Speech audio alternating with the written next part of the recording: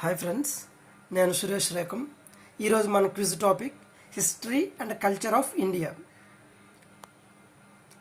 First question, who is the author of the book?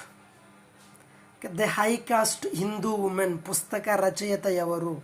The high caste, upper means high caste, upper caste etcetera. Answer option A, Pandita Ramabai. Next, జైన మతంలో బ్రహ్మచర్య సిద్ధాంతాన్ని ఎవరు జోడించారు? బ్రహ్మచర్య సిద్ధాంతాన్ని option B, Lord Mahavira. Next, Akbar కోట్లోని ఏ పండితుడు భాస్కరాచార్యుల లీలావతిని పర్షియన్ భాషలోకి అనువదించాడు? Option B, Faizi. Next question, ప్రాచీన భారతదేశంలో మొదటి బౌద్ధ సభ అధ్యక్షుడు ఎవరు? Option B, Mahakashyapa. Yes. Saptaparni cave, okay, Saptaparni గుహలో మొదటి బౌద్ధ సభ జరిగింది, అది ఎక్కడుంది? So option Rajagiri, it is in Bihar. Next, Mughal చక్రవర్తి షాజహాన్ షా బులంద్ ఇక్బాల్ అనే బిరుదు ఎవరికిచ్చాడు? That is Dara Shikoh.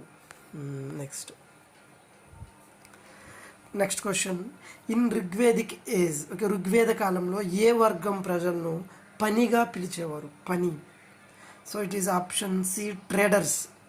Next, 1016 మరియు 1033లో చైనాతో స్నేహపూర్వక సంబంధాలు కలిగి రాయబారులు పంపిన దక్షిణ భారత రాజు ఎవరు?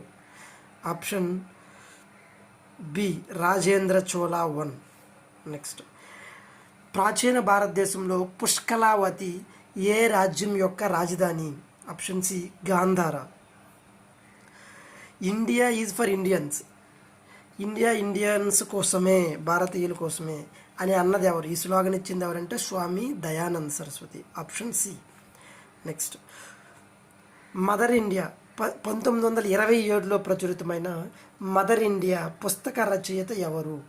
So it is option C, Katherine Mayo. సో ఈ క్విజ్ మన టెలిగ్రామ్ గ్రూప్లో పోస్ట్ చేయబడుతుంది, అక్కడ నుంచి ప్రాక్టీస్ చేయొచ్చు మీరు. Okay, PDF also will be uploaded. Thank you. Jai Hind.